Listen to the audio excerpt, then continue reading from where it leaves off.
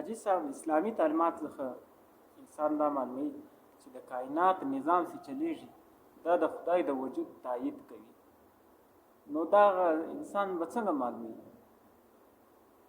دا څنګه خبره ده چې د کائنات نظام چې دی دا د الله د وجود تایید کوي؟ د فطرت نظام څنګه؟ فطرت اصل کې یو دا پکار ده کنه چې قرآن کې بار بار الله جل شانو دا دعوت انسانانو ته ورکړي چې تاسو په دا نظام غور وکړئ.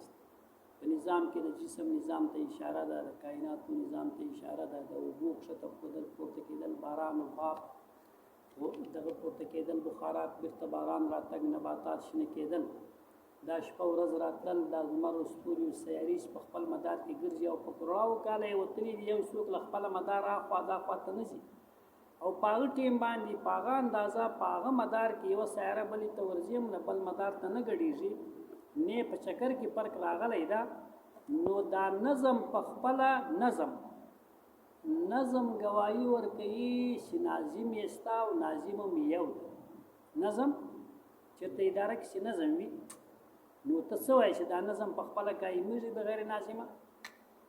او که نظم بالکل ټیک چلیږي صحیح وي لکه لو چلیدلی وي بیا دا تا ته شک پیدا کېدی چې دا دوه درې ناظمان سره شریک دي، دا هم نشي کېدی ځکه د انسان خپله تجربه ده.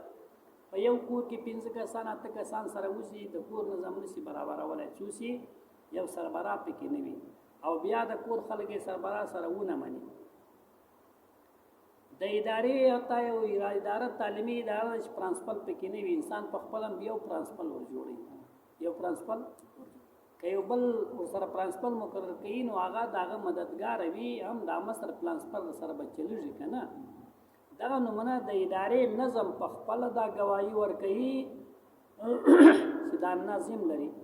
کائناتو نظام ته چې وګورئ بیا په کروڑاو کاله یا ارباو کاله چلیدلی نظام او دونې په صحیح معنا او دونې غټې سیارې او دونې غټې کرې چې روانې کړي دي په فضا کې په یو شي تم هم نه دي، یو بل مدار تم نه وځي او چکر هم چې مقرر شوی ده په هغه چکر مطابق یعنې که ته حال یو چا وکړې چې له نن یو کال 1 کاله مخکې چې په 1 جولای باندې دلته لمر ښکاره کېده، اوس په څو ښکاره کېږي دی په هغه تاریخ ښکاره کېږي. دا خو د نظم ګواهي ده. نو دا ناظم لري او یو ناظم لري. که ناظمان یې ډېر وای هم موږ تاسو یو کوچنۍ اداره یې چې ناظمان سره پکې ډېر راډېر شي بیا یې دا حالت ستاسو وینه څه انجامې وي، یو کوچنۍ محکمه وي هغه نه چلیږي.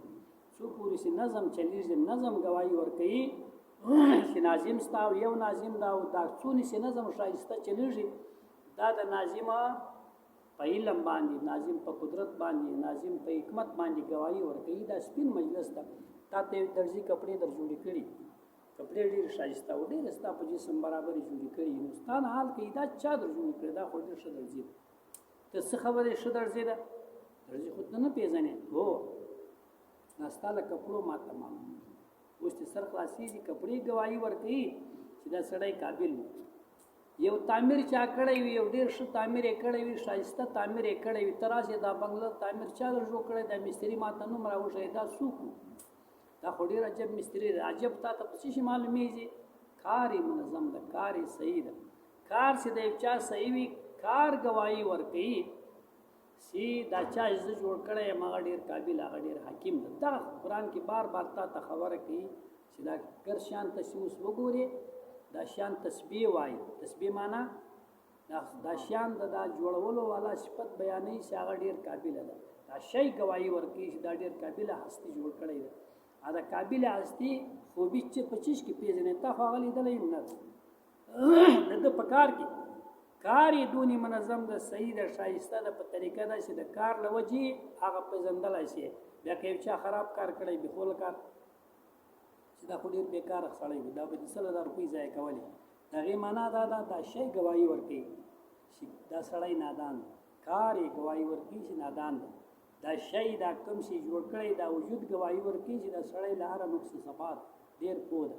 دغې وجې نه کائناتو نظام بار بار الله اشاره ورته کوي چې تاسو دا نظام حال وکړي چې دا به څنګه چا جوړ کړی دی، هغه به څنګه هستي وي، هغه به څونې پوه وي، هغه به څونې قدرت لري، هغه به څونې علم لري، هغه به څونې حکمت لري، هغه به څنګه د کمالاتو مالک په دا شیانو کې معلومېږي. ساده معنا ده مالټه راواخ مالټې ته که ته بر سره وګورې چې کوم نام و نښان نقش ورباندې جوړ ده دا برسیره چې دا کوم خورې په مالټه ده او بیا یې خلاصه کړې او بیا یې دا مالټه په څنګه دغه په نری چلکه پر پیچلې ده بیا دا پسې خلاصه کړې بیا دننه بیجان پکې دي بیا له څنګه جوړ شوی د غذا لنځه کې وراله دا مالټه په خپله دا ګواهي ورکوي چې زه چې د چا په امر جوړ شوی هغه هستي هغه له عیبه پاکه ده هغه له نقص پاک ده هغه له زواله پاک ده په دغې وجې نه کائنات گواہی ورکی هر کار گواہی ورکی په خپل خالق باندې چې چا کوم کار تخلیق کړي